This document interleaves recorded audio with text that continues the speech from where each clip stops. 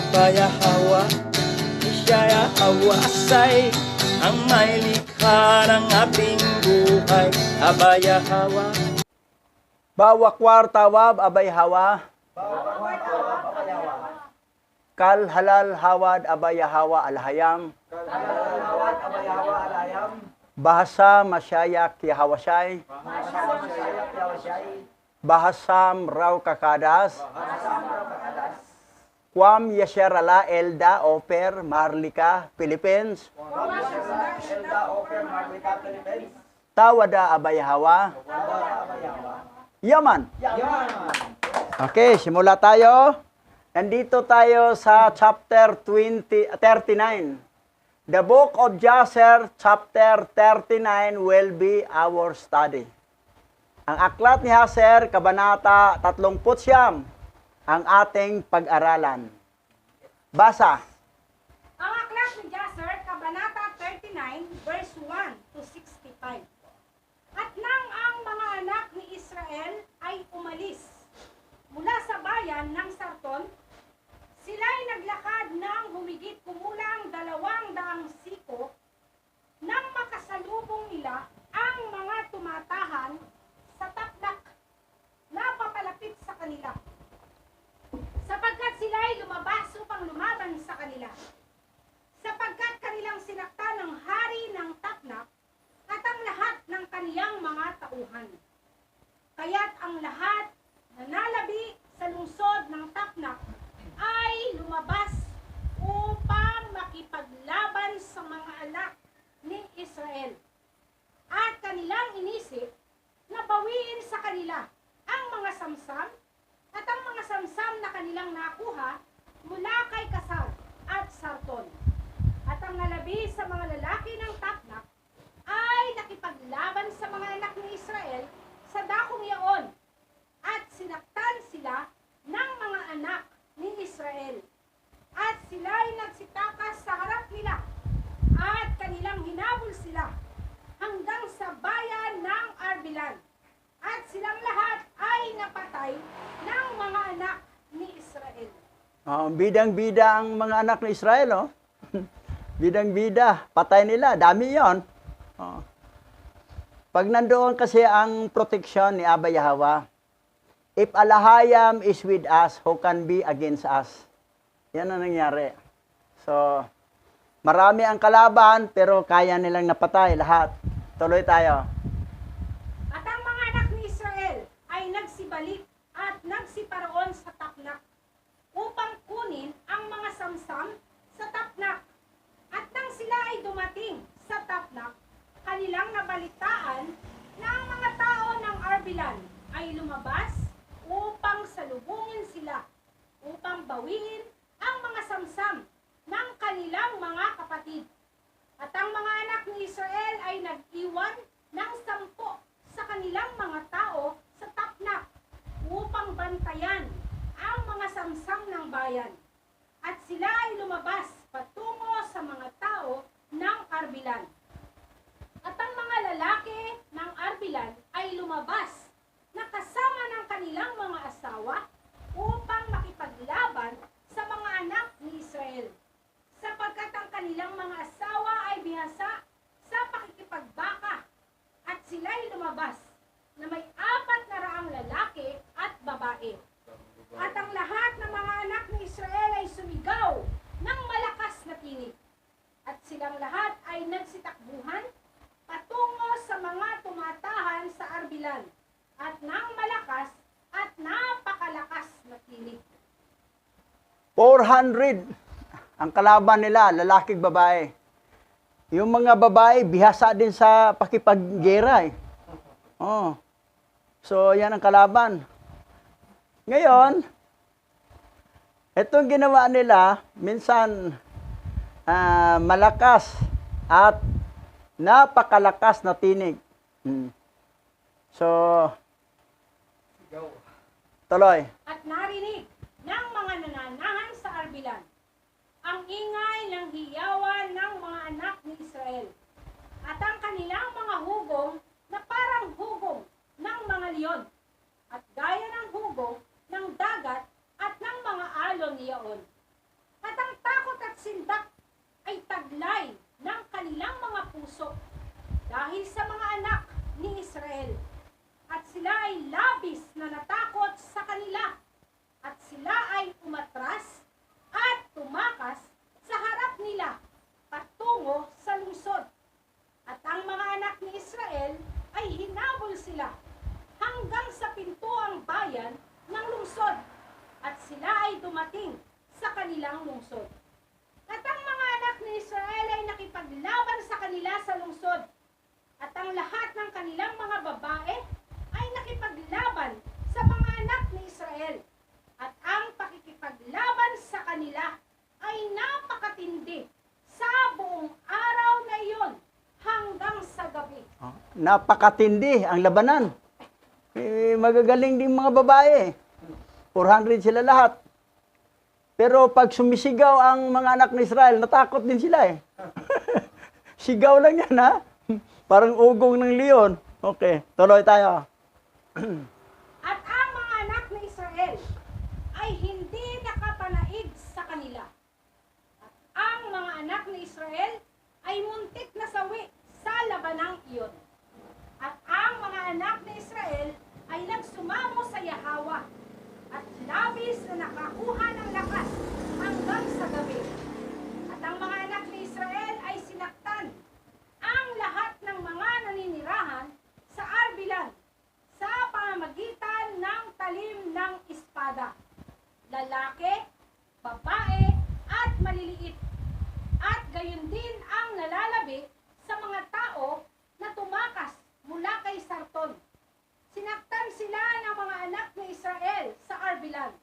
At ginawa ng mga anak ni Israel sa Arbilan at Taknak ang kanilang ginawa. Kinakasar at Sarton.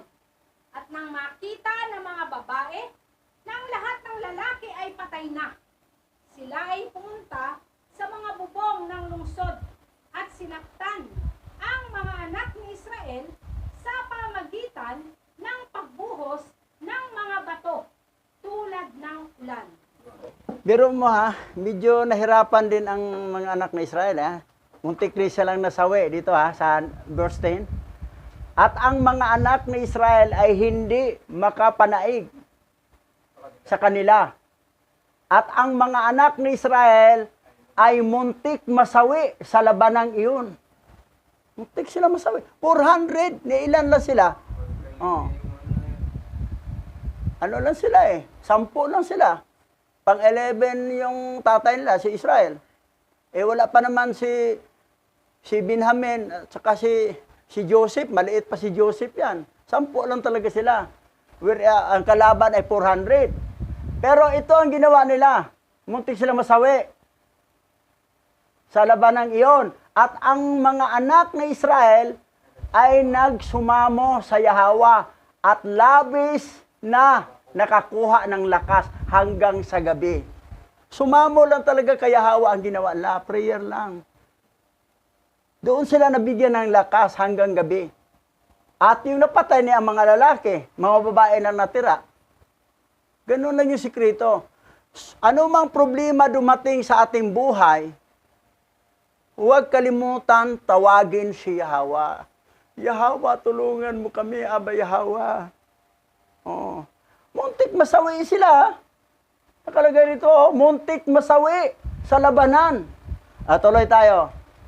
Basa. At ang mga anak ni Israel ay nagmadali at nagsipasok sa bayan at dinakip ang lahat ng babae at sinaktan sila ng talim ng tabak. At ang lahat ng samsam at samsam, mga kawan at mga bakahan at mga baka ay nakuha ng mga anak ni Israel. At ginawa ng mga anak ni Israel kay Maknaima ang gaya ng kanilang ginawa sa Taknak, kay Kasar at sa Shiloh, at sila'y tumaliko doon at yumaon. At sa ikalimang araw ay nabalitaan ng mga anak ni Israel na ang mga tao ni Gaas ay nagtipon laban sa kanila upang makipagdigma dahil napatay nila ang kanilang hari at ang kanilang mga kapitan. Sapagkat mayroong 14 na kapitan sa lungsod ng Gaas, at ang mga anak ni Israel ay napatay silang lahat sa unang labanan. Sa unang labanan, napatay ng mga anak ni Israel. Sa dami nila. Ganun lang. Pag medyo tumatakilid na talaga, tawag agad sila kay Abba Yahweh. Ganun yan. Sa ating buhay naman, kung may problema, tawag agad, huwag kalimutan si Abba Yahweh. Baka may problema sa pera, tatawag sa Bombay, maghiram na sa 5-6. Si Bombay na tuloy ang Abba Yahweh mo. O ano pang, ano? So, tuloy tayo. At ang mga anak ni Israel ng araw na yaon ay nagbigkis ng kanilang mga sandata sa pakikipagdigma. At sila'y humayo upang makipagdigma laban sa mga naninirahan sa Gaas. At sa Gaas ay may isang malakas at makapangyarihang bayan ng lungsod ng mga Amoreo. At ang Gaas ay ang pinakamalakas at pinakamahusay na nakukutaang bayan sa lahat ng mga lungsod ng mga Amoreo. At mayroon itong 3 kuta. At ang mga anak ni Israel ay nagsiparoon sa Gaas at kanilang nasumpungan. Ang mga pintuang bayan ng lungsod ay nakakandado at humigit kumulang 500 lalaki ang nakatayo sa tuktok ng pinakalabas na pader.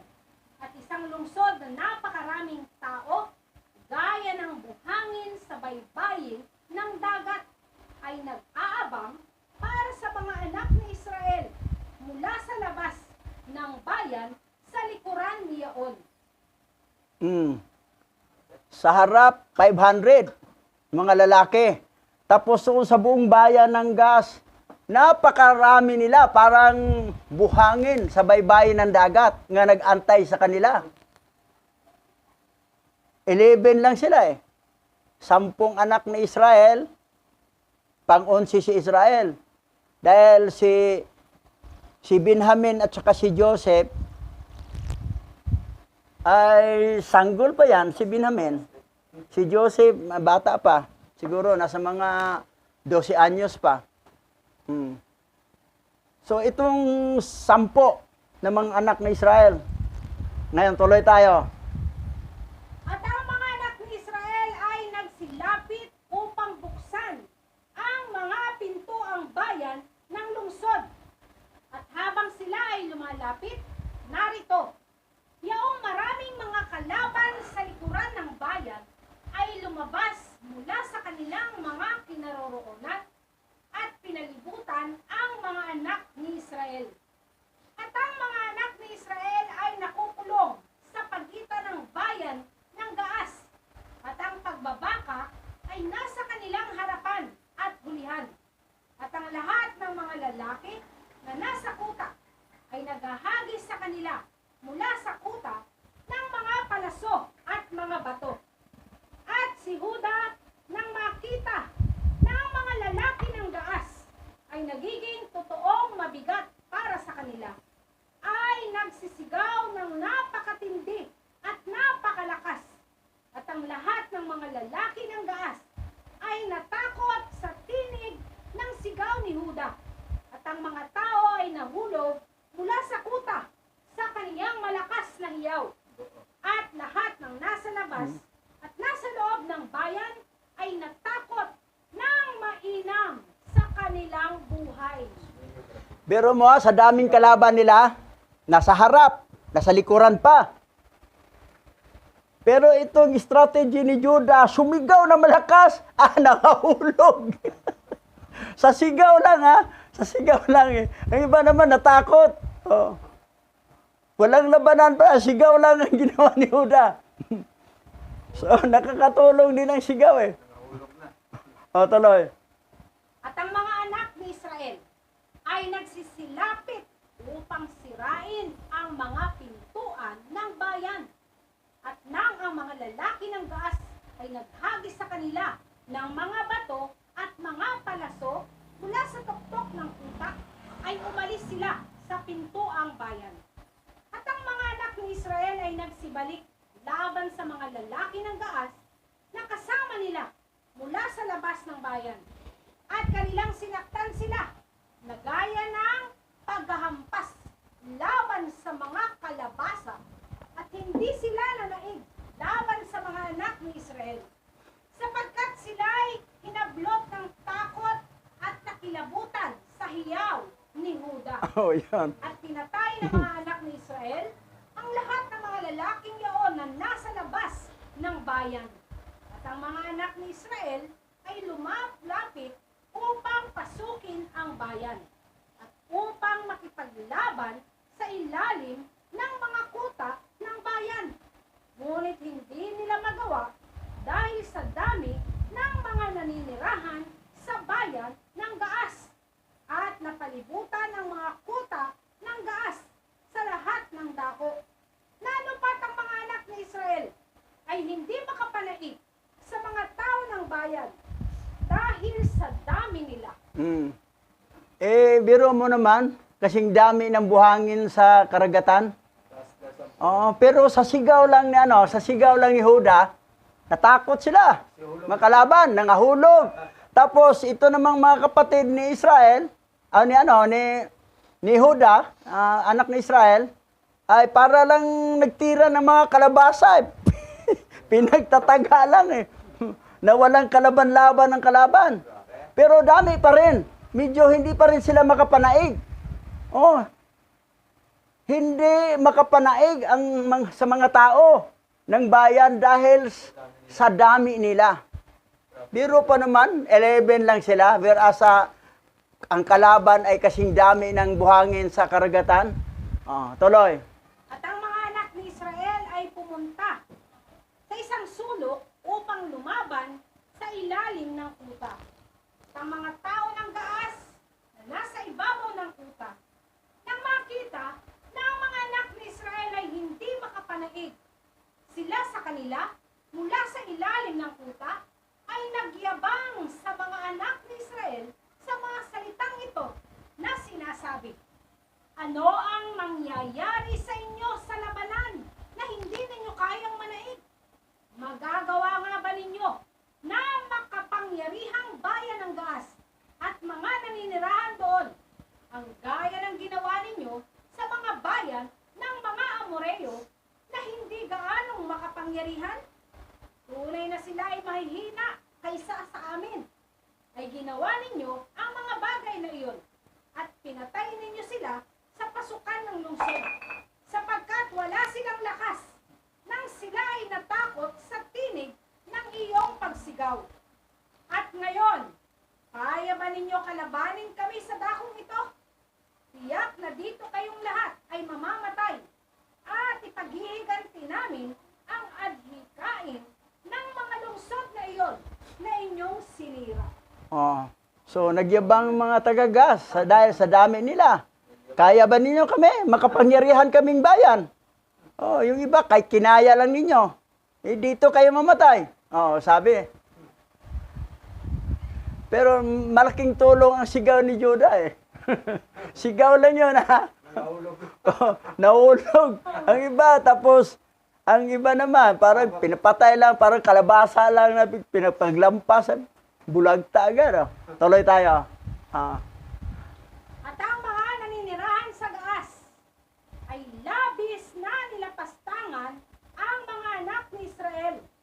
At nilapastangan nila ang Alhayam at patuloy na naghagis sa kanila ng mga palaso at mga bato mula sa pader.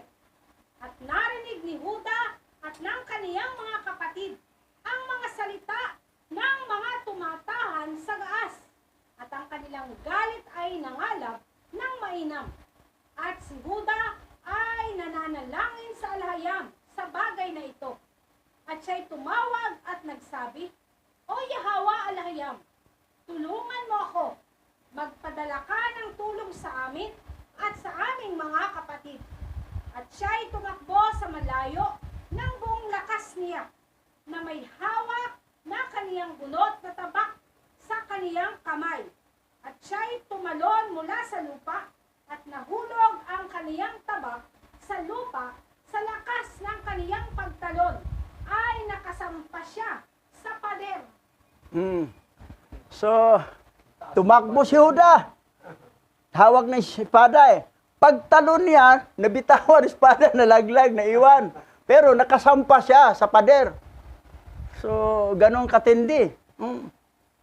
Bidang-bida si Huda, kailangan kanyang espada naiwan. Naiwan espada niya eh. Tuloy. At si Huda ay sumigaw sa kuta. At ang lahat ng mga lalaki na nasa kuta ay nangatakot. At ang ilan sa kanila ay nahulog mula sa kuta at namatay. At yaong mga nasa kuta pa, nang kanilang makita ang lakas ni Huda, sila'y natakot ng mainam at nagsitakas dahil sa kanilang buhay para sa kaligtasan. At ang ilan ay naglakas loob na makipaglaban kay Huda sa ibabaw ng kuta. At sila'y nagsilapit upang siya'y patayin. At nang kanilang makita na walang tabak sa kamay ni Huda, ay kanilang inisip na ihagis si Huda mula sa kuta hanggang sa kaniyang mga kapatid. At 20 lalaki sa lungsod ay umahon upang tulungan sila. At kanilang pinalibutan si Huda. At silang lahat ay sumigaw sa kaniya. At nilapitan nila si Huda. At nilapitan si Huda ng kaniyang mga kapatid mula sa dingding. Oh, yan. Antindi ha. Suicide yung ginawa ni Huda eh. Mag-isa lang siya. Pero mabuti naman, yung kapatid naman niya, dumating din mula sa dingding. At mayroong dumating 12 na kalaban. Ito na. Ang kalaban, sumigaw din. Pero si Huda sumigaw, nalaglag sa kuta, namatay. Sa sigaw lang ni Huda. Okay. Tuloy. At inilabas ni Israel at ng kanyang mga anak ang busog mula sa ilalim ng pader. At tinamaan ang 3 sa mga lalaki na nasa tuktok ng pader. At si Huda ay patuloy na sumigaw. At siya ay sumigaw, O Yahweh, tulungan mo kami. O Yahweh, iligtas mo kami. At siya ay sumigaw ng malakas na tinig sa dingding. At ang hiyaw ay narinig sa malayong distansya. At pagkatapos ng sigaw na ito, ay muli siyang sumigaw. At ang lahat ng mga tao na nakapaligid ni Huda sa tuktok ng pader ay natakot at inihagis ng bawat isa ang kanilang tabak mula sa kanilang kamay sa ingay ng hiyawa ni Huda, at ang kanilang panganginginig ay tumakas sila. At kinuha ni Huda ang kanyang tabak na nalaglag sa kaniyang kamay sa lupa. At si Huda ay nakipaglaban sa kanila. At pinatay ni Huda ang 20 sa kanila. Napatay ni Huda ang 20. Yung sigaw lang ni Huda, natataranta ang kalaban eh. At talagang sumigaw din si Huda, si Judah, na humingi ng tulong kay Yahweh. Tulungan mo kami. Yahweh, iligtas mo kami. O yan. So, malaking bagay talaga sa panahon sa kagipitan. Huwag kalimutan si Yahweh na sa bawat problema, siya ang tawagan. May problema tayo. Tawagan mo si Mayor. Ay ba si Mayor? Tawagan mo si Kapitan. Bakit? Si Yahweh ang tawagin. Dahil bahala na si Yahweh mo magbigay ng idea kung sinong utusan niyang magpadala sa ano. O, tingnan mo. Sigaw lang ni Huda, takot ng kalaban. Dahil pinakintal ni Yahweh yung kalaban sa takot sa sigaw ni Huda eh. So, yun. O, di napatay ni, yung pagtalo niya nalaglag ng espada, o, kinuha niya. O, may espada na uli si Huda. O, tuloy. At humigit kumulang 80 lalaki at babae ang umakyat sa pader mula sa lungsod, at pinalibutan nilang lahat si Huda. At ikintal ni Yahweh sa takot nila kay Huda sa kanilang mga puso, na hindi nila magawang lumapit sa kanya. At inilabas ni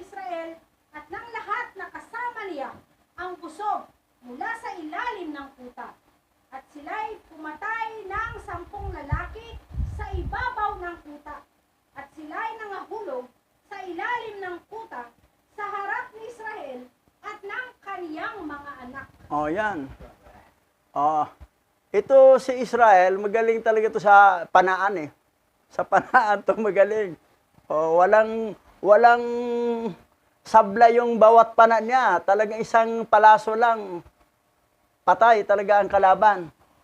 So, yan ang nangyari. Tuloy. At nang makita ng mga tao sa ibabaw ng pader, na 20 sa kanilang mga tauhan ang nabuwal, tumakbo pa rin sila patungo kay Huda na may mga bunot na tabak. Ngunit hindi sila makalapit sa kaniya dahil sila ay lubhang natakot sa lakas ni Huda. At isa sa kanilang mga makapangyarihang lalaki na ang pangalan ay Arod ay lumapit upang saktan si Huda sa ulo ng kaniyang tabak. Nang si Huda ay nagmadaling ilagay ang kaniyang kalasag sa kaniyang ulo. At ang tabak ay tumama sa kalasag at nahati sa dalawa ang kalasag ni Huda. Oh, yan. Kasi itong lalaki na yun, si Arod, malakas to eh. Makapangyarihan to eh, na lalaki. So, dispada, ulo na Huda, gilagay agad ang kalasag. Biyak ang kalasag eh. Pero tamaan pa rin ang ulo ni Huda. Oh, tuloy. At ang makapangyarihang lalaking ito, pagkatapos niya saktan si Huda, ay tumakbo para sa kanyang buhay, sa takot kay Huda. At ang kaniyang mga paa ay nadulas sa pader, at siya ay nahulog sa gitna ng mga anak ni Israel na nasa ibaba ng pader. At sinaktan siya ng mga anak ni Israel at pinatay siya. At ang ulo ni Huda ay sumakit dahil sa suntok ng makapangyarihang lalaki. At si Huda ay muntik nang mamatay dahil doon. Oh, yan ha. Sa lakas nga eh. Di ba nahati? Mabuti pag tumagos yun sa ulo ni Huda. Muntikan na nga si Huda. At saka naramdaman niyang sakit eh. Oh, sumakit dahil sa suntok na makapangyarihang lalaki. Ang lakas kasi. No? At ang ulo ni Huda ay sumakit dahil sa suntok na makapangyarihang lalaki. Ito namang makapangyarihang lalaki, tumakas, natakot, nadulas, bumagsak siya doon. Doon sa mga anak ni Israel, pinatay siya doon, no? Napatay siya doon. So, yan ang detalyadong digmaan ito eh. Talagang makita mo yung... Pero hindi rin basta-basta, medyo hirap din ng mga Israelita dito eh. Hirap man sila, pero talagang porsigido sila. Kung magkagipitan na, tawag naman sila agad kay Yahweh. Okay, tuloy tayo. At si Huda ay sumigaw sa pader dahil sa sakit na dulot ng suntok. Nang marinig siya ni Dan, at ang kanyang galit ay nag-alab sa loob niya. At siya rin ay tumindig at lumayo sa malayo at tumakbo at tumalon mula sa lupa at umakyat sa pader sa pamamagitan ng kanyang galit at lakas. At nang si Dan ay dumating sa kuta na malapit kay Huda, ang lahat na lalaki sa kuta ay tumakas at tumayo laban kay Huda. At sila'y umahon sa ikalawang kuta at sila'y inagisan ng mga palaso at mga bato, sina Dan at Huda mula sa ikalawang kuta at pinagsikapan na itaboy sila mula sa kuta. So, ni Saklolo, si Dan. So, tumakbo din, tumalon, pader, para makapunta siya kay Juda. O, nakarating siya. O, may katuwang na si Juda.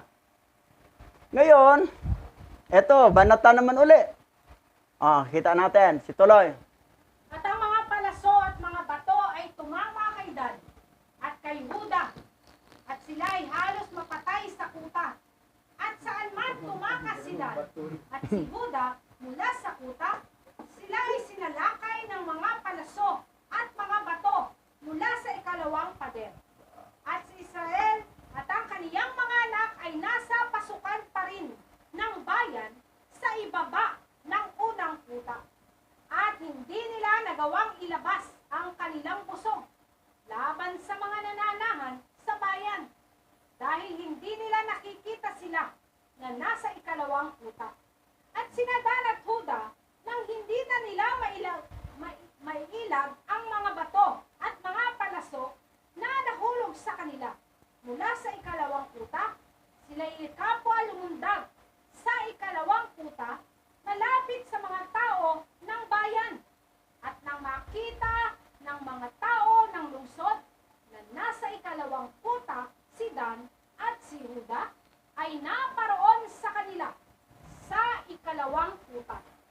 Silang lahat ay sumigaw at bumaba sa ibaba sa pagitan ng mga kuta. O yan. So, biro mo naman, palaso at saka bato. Muntikan rin silang mamatay. Ang ginawa, tumalon na lang sila sa pangalawang kuta. At doon. At sumigaw. At bumaba. Sa ibaba. Sa pagitan ng mga kuta. Ayaw na. Ayan, tuloy ang laban. At narinig ni Israel at ng kanyang mga anak ang ingay ng hiyawan mula sa mga tao ng lungsod. At sila ay nasa pasukan pa rin ng lungsod. At sila ay nabalisa tungkol kina Dan at Huda na hindi nila nakita. Sila ay nasa ikalawang kuta. At si Neftali ay umahon na taglay ang kaniyang galit at lakas, ay lumukso sa unang pader upang makita kung ano ang sanhi ng ingay ng hiyawan na kanilang narinig sa lungsod. At nilapitan nina Isakar at Zabulon upang basagin ang mga pintuan ng lungsod. At binuksan nila ang mga pintuang daan ng lungsod at pumasok sila sa lungsod. Ito si Neftali, yung grandlolo ni Pastor Buddy. Umahon na, taglay ang galit lakas, lumukso. Napunta sa pangapader. Ito naman si Isakar at saka si Zabulon, yung grandlolo ni Pastor Richard. Talagang, at least nabuksan nilang pintuan ng lungsod. Ganon. Ngayon, anong sunod nangyari? At si Neftali ay lumukso mula sa unang pader hanggang sa ikalawa. At naparoon upang tulungan ang kaniyang mga kapatid. At ang mga naninirahan sa Gaas na nasa ibabaw ng kuta, sa pagkakita na si Neftali ang pangatlo na umahon upang tulungan ang kaniyang mga kapatid. Silang lahat ay tumakas at bumaba sa lungsod. At si Israel at ang kaniyang mga anak at ang lahat ng kaniyang mga binata ay pumasok sa lungsod. O yan, silang Israel at saka yung mga anak niya ay nakapasok na sa lungsod. Binuksan ni Zabulon at saka ni Aser. Pasok sila. Ngayon, ito si Neftali, ayan, tatlo na sila. So pangatlo siya na nila ni Huda at saka ni Dan. So natakot na itong mga taga-gas. Kasi wala na silang gas eh. Taga-gas. Natakot siya, tatlo na eh. Tatlo ng bida eh. Ito, magaling itong grandlolo ni Pastor Buddy. Okay, tuloy tayo. At si Huda at si Dan at si Neftali ay bumaba mula sa kuta patungo sa bayan.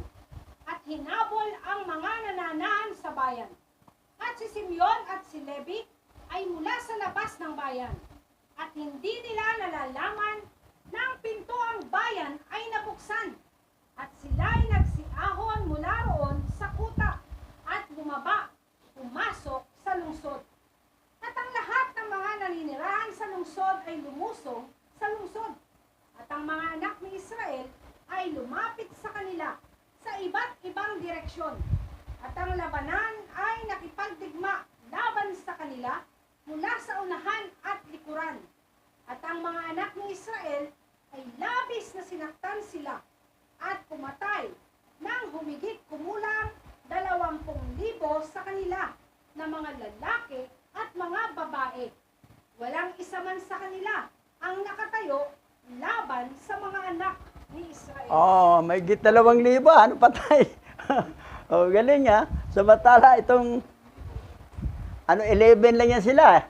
Yung silang tatlo lang si Dan, Naphtali at saka si Judah. Nasa huli silang Simeon at saka si Levi, kakaakyat pa lang Hindi nila alam na bukas na pala ang pintuan ng bayan. Okay, tuloy.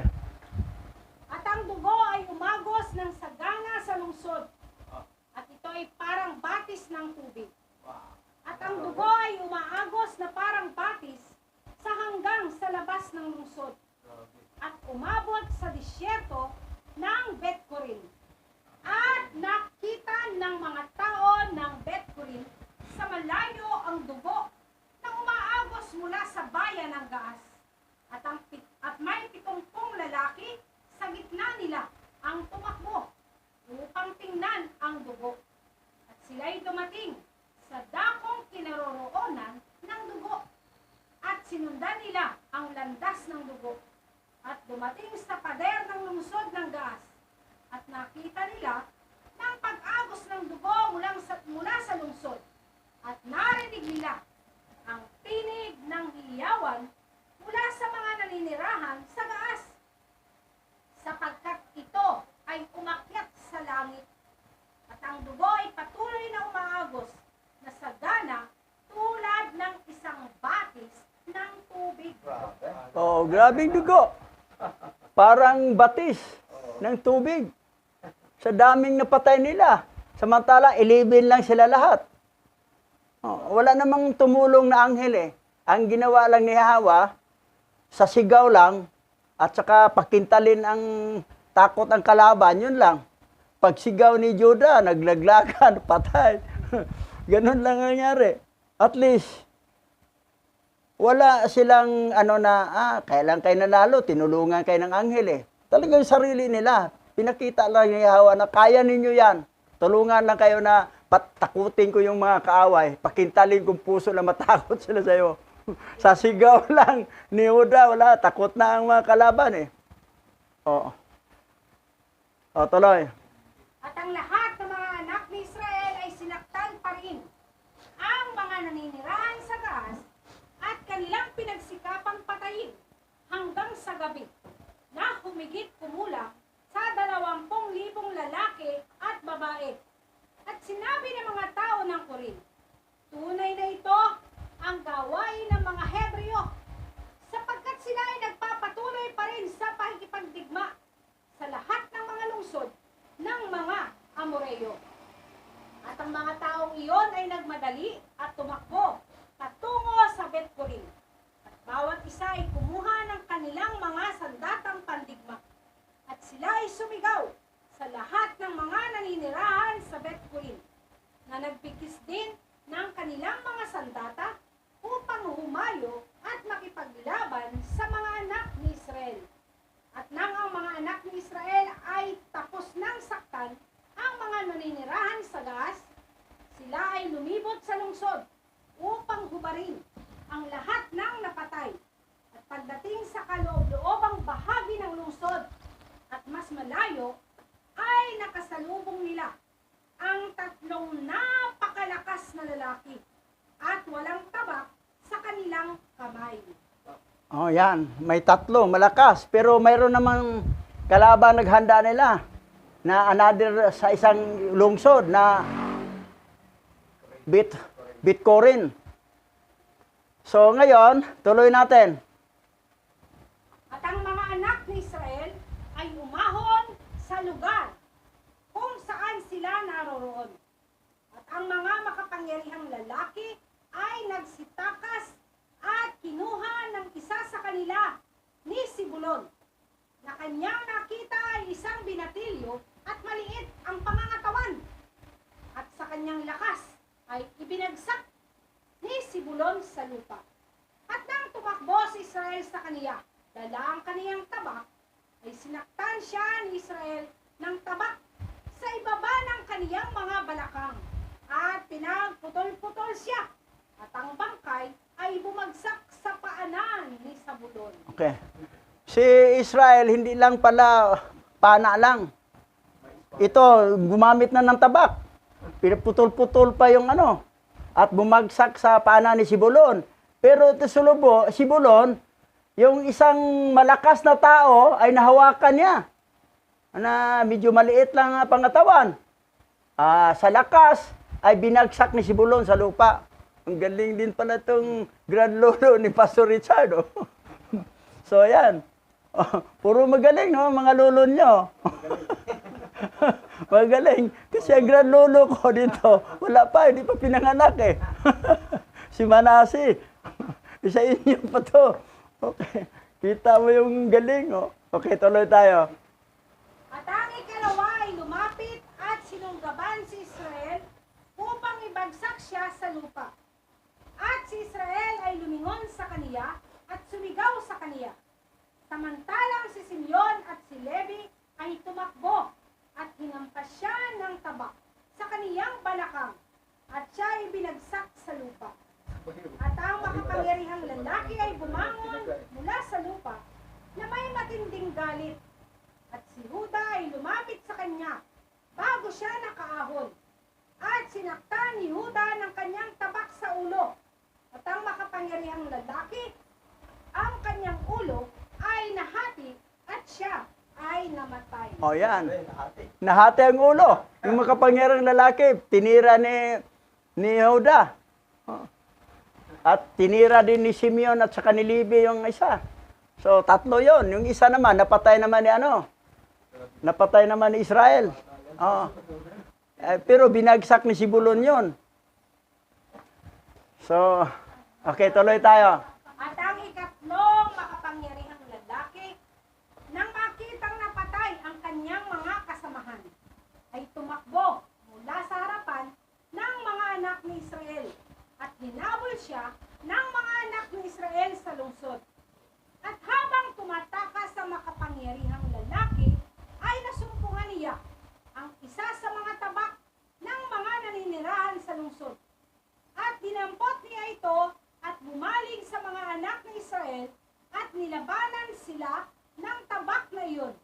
At ang makapangyarihang lalaki ay tumakbo upang saktan si Huda at walang kalasag sa kamay ni Huda. At habang siya ay naglalayong saktan si Huda, si Neftali ay nagmadaling kinuha ang kaniyang kalasag at inilagay sa ulo ni Huda. At ang tabak ng makapangyarihang tao ay tumama sa kalasag ni Neftali at si Huda ay nakaligtas sa tabak. O yan. Muntikan din si Huda eh, pero naging tagapagligtas si Neftali, yung grand lolo mo. Kasi walang kalasag si Huda eh. Tumakbo yon, makapangyarihang lalaki, o nakakuha ng nakakita ng nakasumpong ng tabak, ayan, dala, bumalik. Kasi alam niya, malakas siya eh, makapangyarihan siya eh. Nakita niya si Huda, tinira sa ulo. Mabuti naman si Neftali, biglang tumakbo, gilagay na sa ulo ni Huda. Ayun ang tamaan ng kalasag, hindi ang ulo ni Huda. Naligtas ni Neftali. So, may utang na loob si Huda kay Neftali. Ang galing tong grand lolo ni Pastor Bade. Talaga. Ganun talaga. Palaban talaga eh. Walang takot. Koreano nga. Hindi niya urungan eh. Ganun pala eh. Kasi nasa dugo pala eh. Nasa dugo pala yun. Tuloy. At sina Simeon at Levi ay tumakbo sa makapangyarihang lalaki gamit ang kanilang mga espada at sa pilitang hinampas siya ng kanilang mga espada. At ang dalawang espada ay pumasok sa katawan ng makapangyarihang lalaki at ang katawan ng makapangyarihang lalaki ay nahati ito sa dalawa. At sinaktan ng mga anak ni Israel ang tatlong makapangyarihang lalaki ng panahong yaon, kasama ang lahat ng mga nananahan sa Gaas. At ang araw ay malapit ng lumubog. At ang mga anak ni Israel ay lumibot sa Gaas at kinuha ang lahat ng samsam sa lungsod. Maging ang mga bata at babae ay hindi nila pinahintulutang mabuhay. At ang mga anak ni Israel ay ginawa kay Gaas, gaya ng kanilang ginawa kay Sarpon at Shelo. Pero mo ha, bata, Lalaki, babae, patay lahat. Wala silang sinasanto. Oo. Pero ginawa la, hindi murder ha. Hindi murder yung ginawa la, killing. Hindi murder. Kasi ang nasa sa Torah, thou shall not murder. Pero ang mga Hudyo, may murder sila, yung panahon ni Yahushua. Doon, madaanan natin sa conclusion. Gumawa na sila ng murder ang mga Hudyo kay Yahushua. No. Pero dito, hindi murder, ginawa nila killing. Ang murder dito, yung kalaban nila. Okay, tuloy. Ito pala. Basa. Ano ang ginawa ng mga Hudyo kay Yahushua para pumatay o para patayin? Sa English, what did the Jew do to Yahushua? To murder or to kill? To murder or to kill? Pumatay o para patayin? Ang nasa Torah, thou shall not murder. Huwag kang pumatay. Ang nasa Torah. Pero ang Babylonian Bible, thou shall not kill. Huwag kang papatay. Huwag mong patayin. So, mali ang kill. Sa tama ang sa Torah, murder. Ngayon, ano ang ginawa ng mga Hudyo kay Yahushua? Murder ang ginawa nila. Okay, dito tayo sa talata. Okay, basa. Di ba? Exodus chapter 20 verse 13. Huwag kang pumatay. Sa English. You shall not murder. Yan ang nasa Torah. Pag lumabag tayo dito, magkasala tayo. Murder. That's why, bawal talaga ang murder. Bawal talaga ang pumatay. Bawal yan sa Torah. Pero pag killed, papatayin, pwede. Kaya ang nag-killed ka, to self-defense, ginawa ng mga sundalo, nakapatay sila, mga pulis, to kill, not to murder. Ang kalaban ang nag-murder. Ang ginawa ng mga Hebrew-Israelite, noong panahon na yon ay killing at hindi murdering. Ngayon, patungkol kay Yahushua, murder ang ginawa nila. Ito. Dito tayo magsimula. Basa. Matthew chapter 27 verse 17. Nang magtipon ang mga tao, tinanong sila ni Pilato, sino ang ibig ninyong palayain ko? Si Barabas o si Yahushua na tinatawag na Mashiach? Yan. Yung tanong kay Pilato yan, gobernador ng Israel. Tuloy, basa. Matthew chapter 27 verse 18. Alam ni Pilato na nagseselos lang sila, kaya inakusahan nila si Yahushua. Alam ni Pilato, nagsisilos lang itong mga Hudyo na ito eh. Nagsisilos lang to kay Yahushua. Gusto na ipapatay si Yahushua. Murder yun. Because of jealousy. Hindi sila maniwala na si Yahushua, siya si Yahweh ang nagkatawang tao. Sinabi ni Yahushua ang anak ng alayam, hindi sila maniwala. Dito nagkasala ang mga Hudyo. Hudyo lang. Hindi 12 tribe. 3 tribo lang sila ang Hudyo. Ang akala kasi ng iba, ang Hudyo, tribe of Judah lang. Pero hindi nila alam na after King Solomon, divided ang kingdom. Northern Kingdom at Southern Kingdom. Ang Southern Kingdom, doon yon ang Judah. Kingdom of Judah. 3 tribo. Si tribe of Judah, tribe of Benjamin, ang tribe of Levi. Ang tawag sa kanila, Hudyo. Kingdom of Judah. Pero sa Northern, ang 10 tribo nandoon. Kasama na si Nephtali lahat, at saka si Manase, at saka si Ephraim. Doon. 10 doon. Sila yung unang nawala noong 721 BC, yung paglusob ng Assyrian Empire. At yung Judah, Kingdom of Judah, Southern Kingdom, silang naiwan. At panahon ni Yahushua, sila ang natira doon. Sabi na iba, maaari bang Hudyo ang Benjamin? Hindi naman sila. Hudyo ang Benjamin, ang Hudyo diyon, Huda, ay tribe of Judah. So, aralin ninyo kung bakit nagkaganon.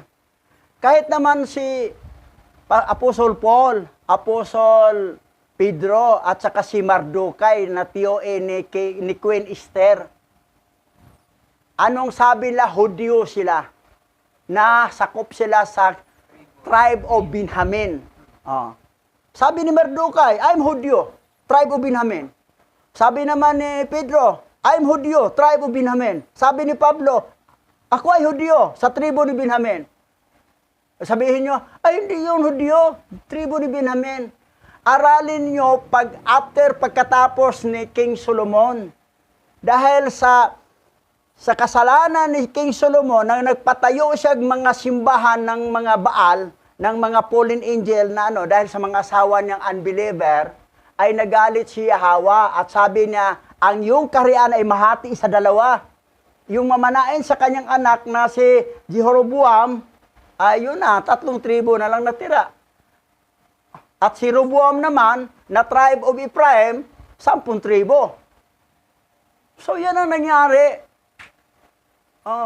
Kayong nanood sa YouTube channel, aralin nyo ang mga pangyayari after King Solomon.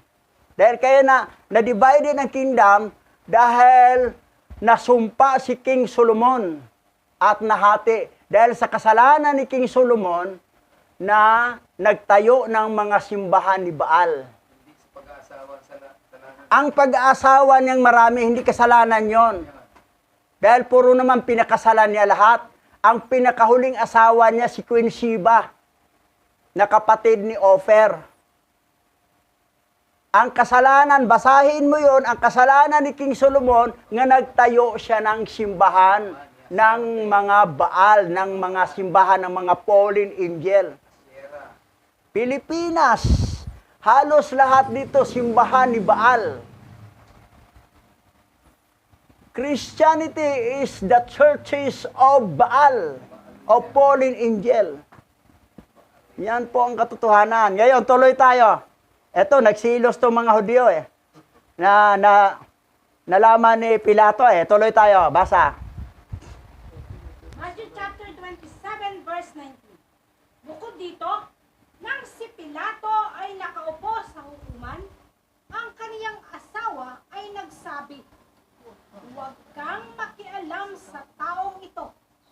Siya ay walang kasalanan. Ngayon, ang aking panaginip tungkol sa kaniya ay nagpapahirap sa akin. Asawa ni Pilato. Sinabihan niya na, ang asawa ng si Pilato, huwag kang makialam dyan, walang kasalanan niyang Yahweh siya na yan. Sa panaginip ko, pinahirapan ako. Dahil sa kanya. At least, nalaman ni Pilato na silos lang talagang ginawa itong mga Hudyo. Ganon. Ngayon, tuloy tayo. Basa. Matthew chapter 27, verse 20. Hinimok ng mga punong saserdote ang mga pinuno ng bayan at ang mga tao na hilingin kay Pilato na palayain si Barabas at patayin si Yahweh. Sino nag-odyok? Itong pinuno ng mga saserdote, high priest, yung mga pinuno ng bayan, mga leader ng bayan, sa mga tao. Nasabihin nyo, patayin si Yahweh, palayain si Barabas. Tuloy tayo. Matthew chapter 27, verse 21. Tinanong silang muli ng gobernador, sino sa dalawa ang gusto ninyong palayain ko sa inyo? Si Barabas, sigaw ng karamihan. Sigaw ng karamihan, si Barabas ang palayain. Tinanong uli ni Pilato, sino ba ang gusto kong palayain? Si Barabas. Biro mo. Yung tulisan, gusto pang palayain. Inggit niya ginawa. Ngayon, tuloy. Matthew chapter 27, verse 22. Sinabi ni Pilato sa kanila, kung gayon, ano ang gagawin ko kay Yahweh na tinatawag na Masyaya? At silang lahat ay sumagot, patayin siya. Murder talaga. ang mga Hudyo. Kasi ang nakatira dyan, mga Hudyo na lahat yun eh. Yung 3 tribo. Benjamin, Levi, Judah. Kasi wala na ang 10 tribo, nag-scattered na tayo. Nandito na tayo sa Oper, yung tribe of Manasseh, tribe of Sibulon, tribe of Naphtali, tribe of Aser, dito napunta. Ang iba naman sa India, yung mga tribe of iba-iba na. Nagkalat na, sila nang naiwan doon. Ngayon, tuloy tayo. Matthew chapter 27, verse 23. Bakit? Ano ang ginawa niyang mali? Tanong ni Pilato. Ngunit mas malakas silang sumigaw. Patayin siya. Pero mo sinabi pa ni Pilato, bakit? Ano ba ang ginawa niyang mali? Tanong ni Pilato. Ngunit mas malakas silang sumigaw. Patayin siya! Oh, pero mo murder talaga ang ginawa itong mga Hudyo, itong 3 tribo, Benjamin, Judah at saka Levi. Yung mga punong saserdote, kay Levi yan eh. Kasi sila lang alaw na maging taga-ano sa templo, o Levi. Nang iba naman doon, yung mga Sadducees. Yan, Judah yan at saka Benjamin. Tuloy tayo. Matthew chapter 27, verse 24. Nang makita ni Pilato na wala siyang magagawa at malamang na magkakaroon ng kaguluhan, kumuha siya ng tubig at naghugas ng kamay sa harap ng mga tao. Wala akong pananagutan sa dugo ng lalaking ito. Kayong mga Hudyo ang may pananagutan dito, sabi niya. Yan. Eto na ngayon, ha? Walang pananagutan si Pilato. Dahil naghugas siya ng kamay. Sabi niya, wala akong pananagutan sa dugo ng lalaking ito. Kayong mga Hudyo ang may pananagutan dito, sabi niya. Sabi ni Pilato. Next. Matthew chapter 27, verse 25. Sumagot ang mga tao, kami at ang aming mga anak ang mananagot sa kanyang dugo. At sinabi ni Pilato, hatulan ninyo si Yahawashai na tinatawag na Mashiach ng kamatayan ayon sa inyong batas. Ayon sa inyong batas, batas ng Israel, death penalty ng Israel ang hahatol kay Yahawashai. Hindi death penalty ng Roma. Kasi si Pilato, Greek yun siya na under ng Roma. Naging gobernador lang sa Israel. Kasi ang Israel, control by Rome yun eh. Kaya lang, ayaw nga ni Pilato na makialam dyan. Nagbabala na rin asawa, huwag kang kailam dyan, wala kasalanan yan. Di kumuha siya ng tubig. Wala akong sagutin sa dugo nito. Kayo ang may sagutin. Sinagot din ng mga Hudyo. Sumagot ang mga tao. Mga Hudyo ang lahat yun eh.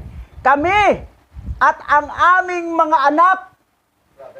Itong mga Hudyo ngayon, kayong mga tribe of Judah, tribe of Levi, tribe of Benjamin. Kayo ang mananagot, sabi niya. Ang aming mga anak ang mananagot sa kanyang dugo. Sumagot ang mga tao, kami at ang aming mga anak ang mananagot sa kanyang dugo. At sinabi ni Pilato, hatulan ninyo si Yahawashai na tinawag na Mashiach ng kamatayan ayon sa inyong batas. That's why ang kamatayan ni Yahawashai, bitin, pinako sa punong kahoy, hindi pinako sa cross. Dahil hindi batas ng Roma. Ang batas ng Roma, pako sa cross. Ang batas ng Israel, bitayin lang. Pero ang ginawa na kay Yahawashai, pinako talaga nila sa punong kahoy. Kaya mas masakit ang napako ka eh. Kaysa bitayin ka lang na itali lang ng lubid. Ngayon, inangkin na ng mga Hudyo na kami at ang aming mga anak ang mananagot sa kanyang dugo. Nangyari ba ngayon? Nangyari. Tingnan nyo mga mga remnant Hebrew Israelite ngayon, nasa Amerika, sa ibang bansa, na mga tribe of Judah kayo, tribe of Levi kayo, tribe of Benjamin kayo. Ano ngayon pinangangaral ninyo? Nagbanggit pa kayo ng mga pangalang fallen angel. Hindi nyo maituro ang tama. Palpak pa rin ang turo nyo. Nagamit-gamit pa kayo ng God, ng Lord, ng Panginoon. Tapos nagtuturo kayo na Yahweh siya ang pangalan tagapagligtas, Yahweh ang ano. Pero hindi nyo mabanggit ang alahayam. Nag-God-God pa kayo, nag-Lord-Lord pa kayo. Kasi nasa ilalim kayo ng sumpa sa mga ninuno nyo. Gets nyo? O, ito ha. O, basa. At ang lahi ng tribe of Judah, tribe of Levi, at tribe of Benjamin, sila ang tinawag na mga Jewish o Hudyo, ay nasumpa sila sa pagpatay nila kay Yahweh Shai ng kanilang mga ninuno. At ang tribe of Manasseh ang ginamit ngayon ni Abba Yahweh sa silangan o sa bansang Upir. Dahil nasa atin ang duplike ng original Ancient Paleo-Hebrew Bible at ang mga Hudyo sa iba't ibang bansa. Gamit nila ay King James Version 1611 or King James Version 66 books. O, yan. Yan ang gamit ninyo, di ba? King James Version 66 book. Ang iba sa inyo, King James 1611. At nandoon pa rin may God, pa rin doon may Lord. Binabanggit pa rin sa inyong pangalan, yung pangalan ng mga fallen angel yan. Yung God, si Gadriel, fallen angel, Satanas yan. Yung Lord, si Baal, Satanas yan. Binabanggit pa ninyo. Kasi nasa ilalim kayo ng sumpa. Kayong mga Hudyo, tribe of Benjamin, tribe of Levi, tribe of Judah. Pero tingnan mo ang tribe of Manasseh niya sa silangan. Nandito rin ang tribe of Aser, tribe of Naphtali, tribe of Sibulon. Pero ang Manasseh ang ginagamit. Dahil sa silangan, nandito sa Oper, ang duplicate ng original Ancient Paleo-Hebrew Bible na sa amin. Ngayon, hindi pa kayo naniwala, may kasamahan pa kayong nilalait. Ano nangyari? Tinigok. Si Sabadya Allah. Dahil gusto niyang i-DN yung 1611. Ano nangyari? Tinigok. Oh, batang-bata pa yun ha. Tinigok.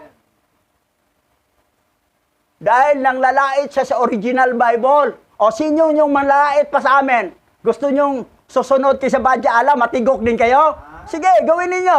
Para matigok din kayo. Nasa ilalim kayo ng sumpa eh. Nandito na nga dapat humingi kayo kasi handa naman akong magbigay. Handa akong magbigay.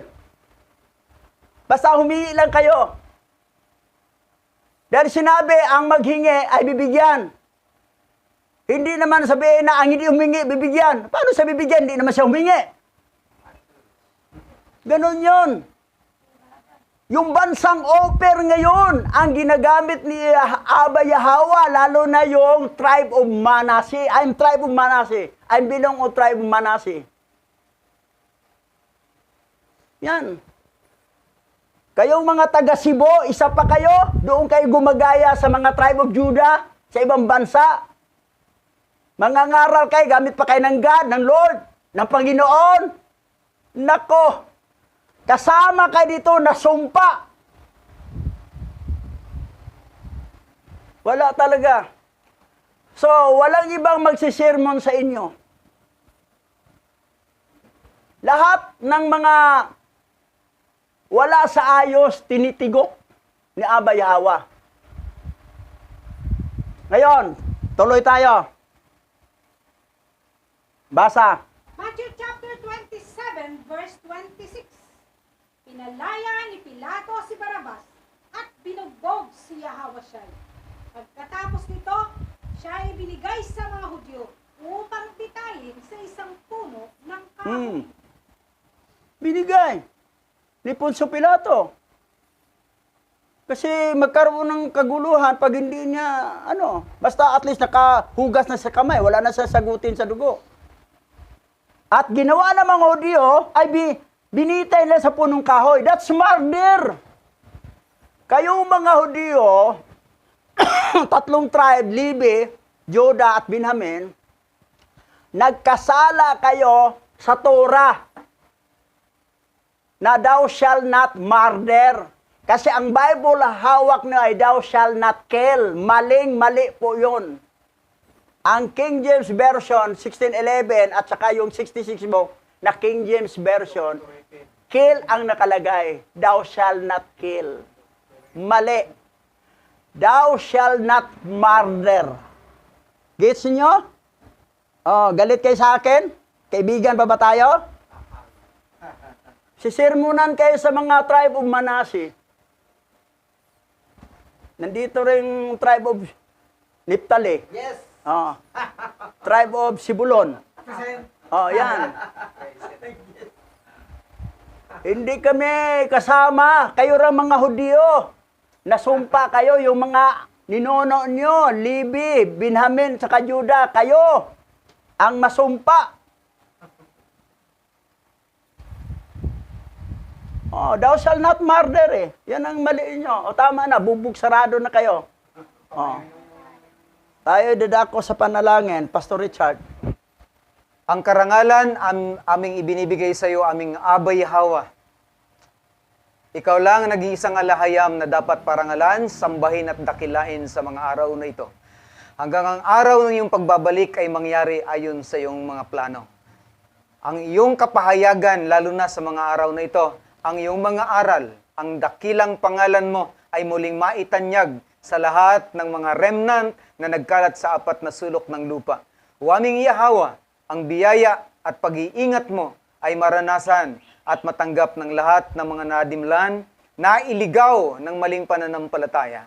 Sambahin ang iyong pangalan sa buhay ng bawat isa na nabuksan ang pangunawa at patuloy mong pagpalain ang iyong salita sa kanilang mga buhay ay magpapaiwan sa lahat ng panahon upang ipaalala ang lahat ng iyong mga pangako.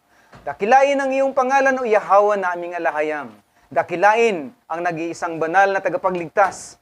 Ang iyong pagkakatawang tao sa lupa ay patuloy na muling kilalanin ang Yahweh na muling magbabalik bilang aming dakilang hari. O aming Yahweh, palakasin po ninyo ang paniniwala at kalooban ng pagsunod ng iyong mga anak. Lalo na ang patuloy na paghahayag ng iyong mga salita at ang pagpapakilala sa iyong banal at dakilang pangalan. Aming Yahweh, sa iyo lamang ang karangalan sa pangalan ni Mashiach Yahushai. Yaman.